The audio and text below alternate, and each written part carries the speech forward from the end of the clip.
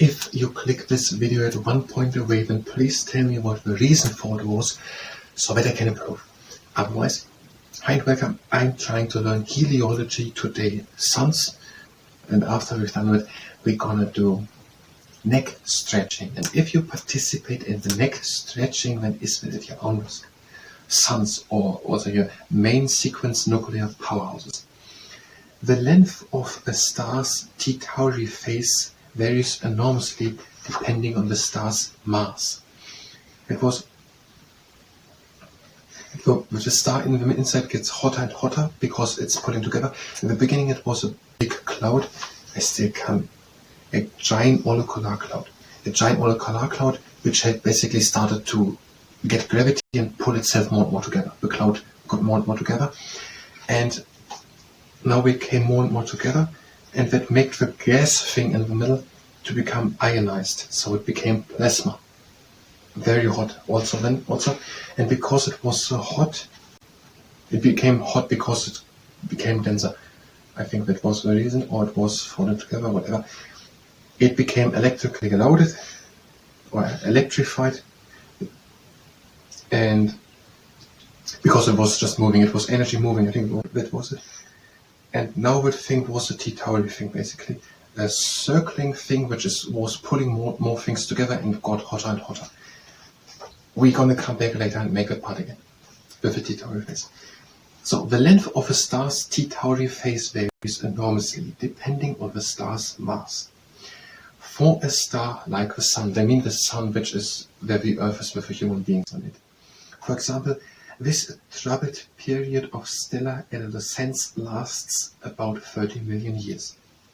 Okay, the Sun spent around 30 million years in this T Tauri phase, where it was still pulling a bit together. It was happening in the first phase, in the protostar phase, but it gets no warmer, get an electric field, is circulating, and so on. I don't really understand it yet. But in all cases, there is a common event, one that ends the T Tauri stage, stops the star's gravitational contraction and puts it squarely on what astronomers call the main sequence. That event is the ignition of thermonuclear reactions in the star's core, which occur once the internal thermometer clocks up around 10 to million degrees Celsius. Okay, the thing gets warmer and warmer. It pulls itself together, and that makes it warmer. We partly found it out why it gets warmer.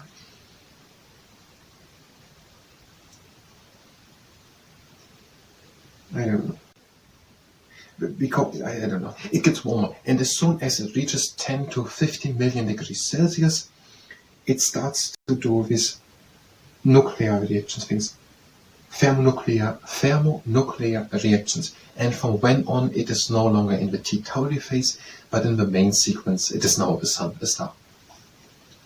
At these extreme temperatures, the positive hydrogen ions deep within the star's core move so quickly that when they hit, they overcome their mutual electrostatic repulsion and stick together. Now I am a bit confused. We are doing in another series biochemistry, and they are using the hydrogen as an example for covalent bonds where two atoms come together, and they are now bonded together. And now we're using that here that is only happening in the Sun. Whatever.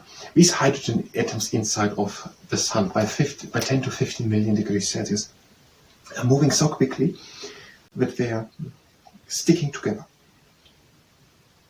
They are overcoming their mutual electrostatic repulsion. They want to repulse each other for some reason, and now we're sticking together. A series of chain reactions is set up, and the hydrogen ions are consumed slowly and converted into a new element, helium. We did a part of it in particle physics in another series. It is so hot, there was something mentioned about it is hot and there's so much going on that one element transfuses to be another one because they are basically fusing together and a new element is created, which is the next one on the periodic table, and we have now helium. Is it correct? helium. They were talking about something like that. There's a difference in the mass of a proton and a neutron. The electrons, they are just the thousandths of the mass as a proton or neutron in the center of an atom. And there's no hydrogen. Is hydrogen the first or no helium? It must be hydrogen. And the difference in the mass or in the weight of a proton and a neutron is very little. And that allows, it was a bit broad talked about it, that is the reason why in the sun this element can be starting to become a new element, because the mass between them is so little difference in the protons and neutrons. There can be a shift somewhere, they fuse together and a new element is created, which is now an atom with the amount of protons and 2 electrons, which is not helium, if helium is the second one. So basically we're saying there's so much going on that the one element, the hydrogen with the 1 electron bangs together with the second one. They are sticking so tightly together that they fuse together and becoming a new element with 2 protons, 2 neutrons and 2 electrons. I have it. Hydrogen is H1 probably. I have confused hydrogen and helium because they both have H. Now hydrogen is the first one. It has 1 electron on the shell on the outside, and inside in the atomic nuclei a proton and a neutron. And another hydrogen has the same. Proton, neutron, electron. Helium is the second element on the periodic table. Helium has 2 protons, 2 electrons on the outside and 2 neutrons. If now 2 hydrogen fusing together and become very much fused together until they are 1. The 1 proton, the 1 neutron, and the 1 electron of the 1, and the 1 proton, neutron, electron of the 1 fuse together, and suddenly we have 1 element which consists out of 2 protons, 2 electrons and 2 neutrons. Just 2 came together, became 1. And an element with 2 protons, with 2 protons, 2 neutrons and 2 electrons is just helium. That is the whole definition of what helium is. And I guess like that it goes on and all the other elements are created, but I don't know it. So that was mentioned in the particle physics part. Broadly, I puzzled it all together. So that is happening again. The hydrogen inside of it is coming so much stick together that a new element is 2 together creating helium.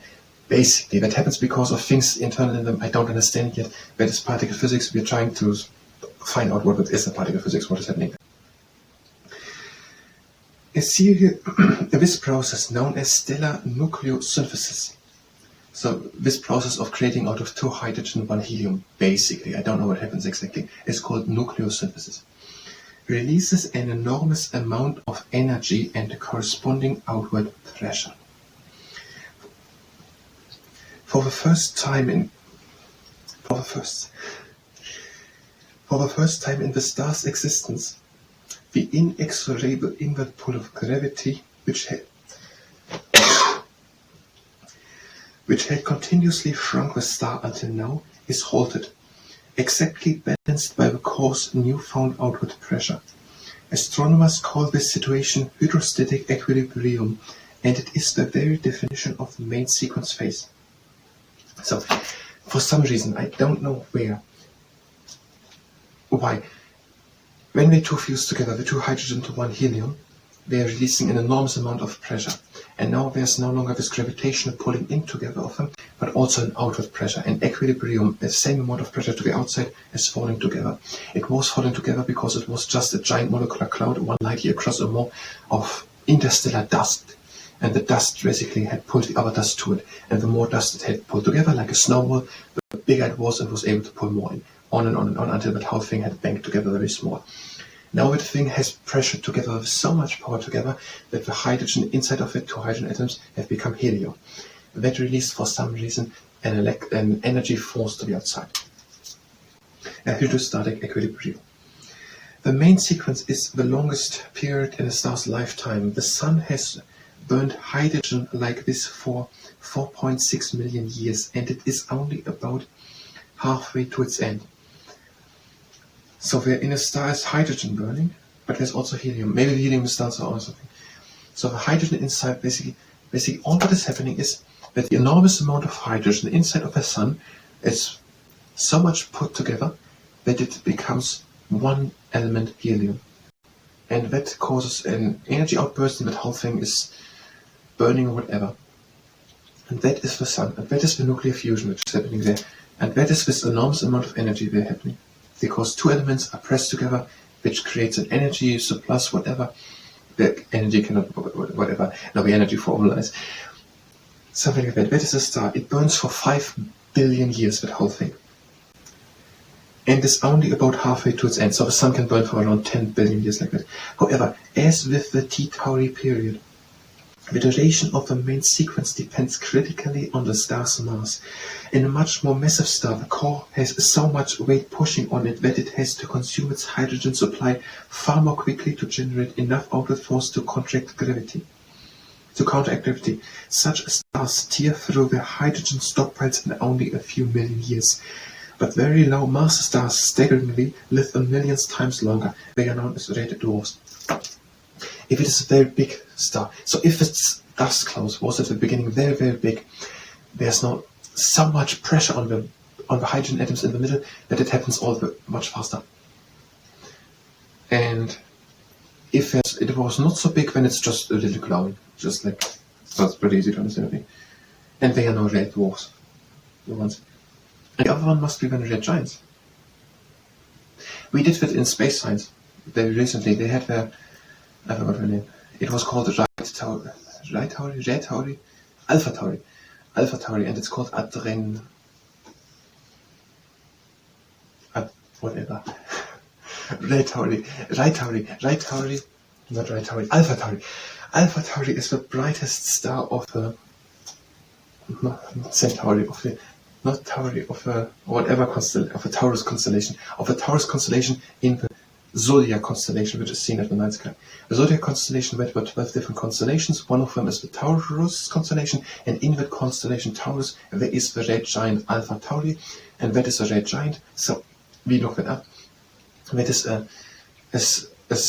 like the sun, but 100 or 1,000, 10 or 100 times bigger than the sun, and therefore glowing way brighter. And that makes no sense. So red dwarf is a little one. There's only a little bit pressure on the hydrogen in the middle, and it all goes quite slowly, and they're living very, very long, billions of years. If it's a red giant, the whole thing has so much pressure. The hydrogen is fusing so much to helium. But there's a lot of red giant burning to the outside, a lot of light. It's very light with Alpha Tauri at the night sky, but therefore it doesn't live so long, just a few billion years, still a few million years, whatever. That was the heliology part. I don't know at all.